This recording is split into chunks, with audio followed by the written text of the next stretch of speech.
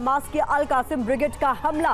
Israeli tank Merkava पर rocket से attack किया गया है। आरपीजी रॉकेट लॉन्चर से इजरायली टैंक तबाह कर दिया गया है। गाजा बॉर्डर पर हमले कर रहा है हमास।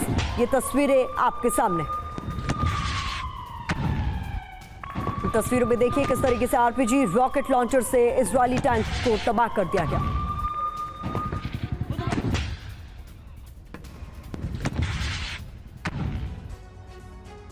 और लगातार हमले हो रहे हैं इजराइल पर। हमलों के बाद बहुत बड़ी जानकारी सामने आई है।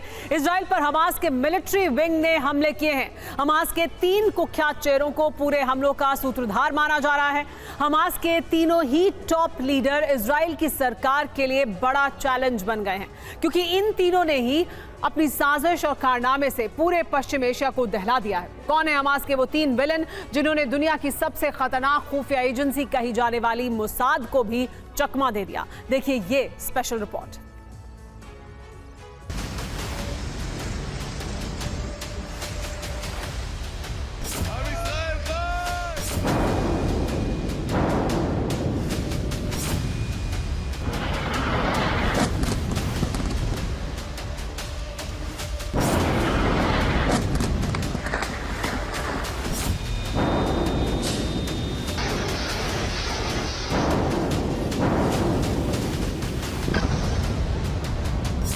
कौन हैं वो 3 चेहरे जिन्होंने इजराइल को कभी ना भूलने वाला जख्म दिया?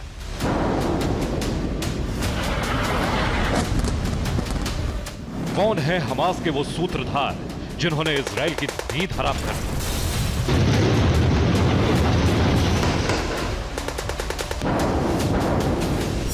इजराइल में भीषण तबाही मचाने वाले संगठन हमास के ये 3 प्रमुख चेहरे इतने खूंखार हैं कि इनकी साजिशों और करतूतों के आगे इजराइल का पूरा इंटेलिजेंस फेल हो गया।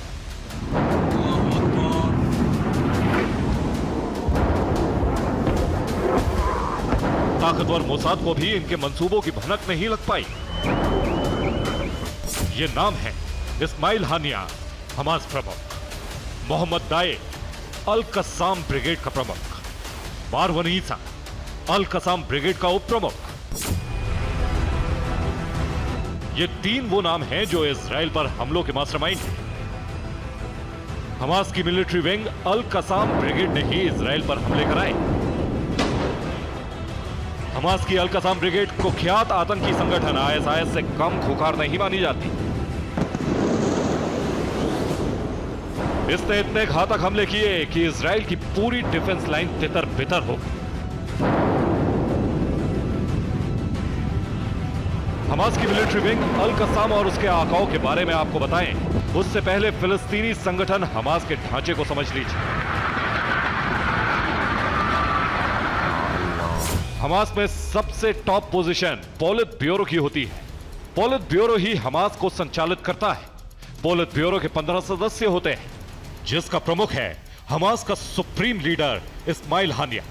पोलित ब्यूरो के नीचे डेलीगेशन अब्रॉड यानी विदेशी प्रतिनिधिमंडल होता है। इसके समांतर ही शूरा काउंसिल होती है, जो पोलित ब्यूरो की सलाहकार बॉडी है।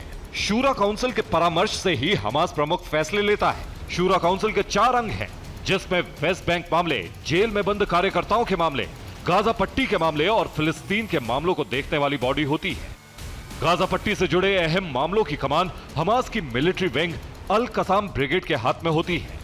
यह गाजा पट्टी के भीतर संचालित होने वाला सबसे बड़ा संगठन है। मोहम्मद दाएफ अल कसाम ब्रिगेड का प्रमुख है और इसका उप प्रमुख है मारवन ईसा।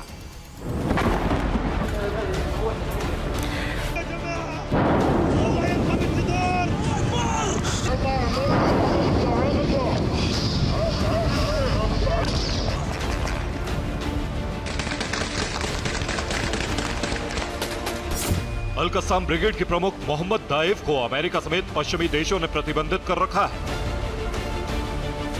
हमास के मिलिट्री विंग अल कसाम ब्रिगेड को साल 1991 में बनाया गया था। अल कसाम ब्रिगेड इजराइल को अपना सबसे बड़ा दुश्मन मानता है।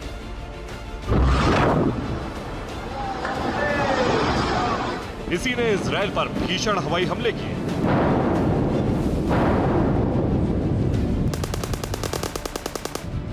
लेकिन सवाल ये उठ रहे हैं कि इजराइल पर हमास के हमलों को इजराइल की तेज तर्रार खुफिया एजेंसी मोसाद कैसे नहीं भांप पाई।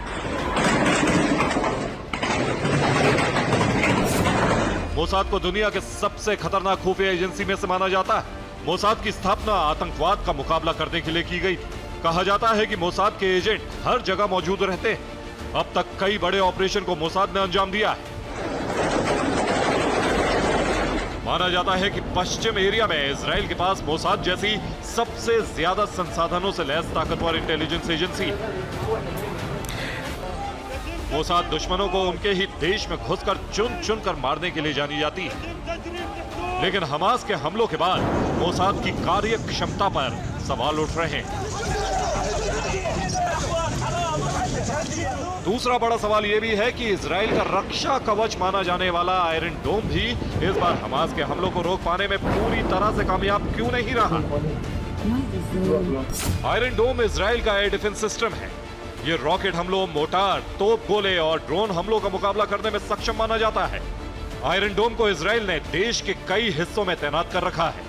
आयरन डोम सिस्टम साल 2011 से ही इजराइल की रक्षा कर रहा है। लेकिन इस बार के हमलों में इजराइल की सुरक्षा को भेदने में हमास कामयाब हो गया।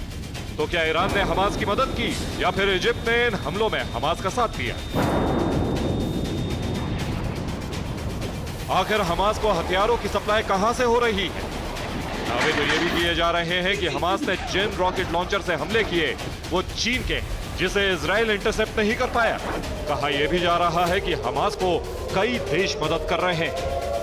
Bureau report, TV9 Bharat.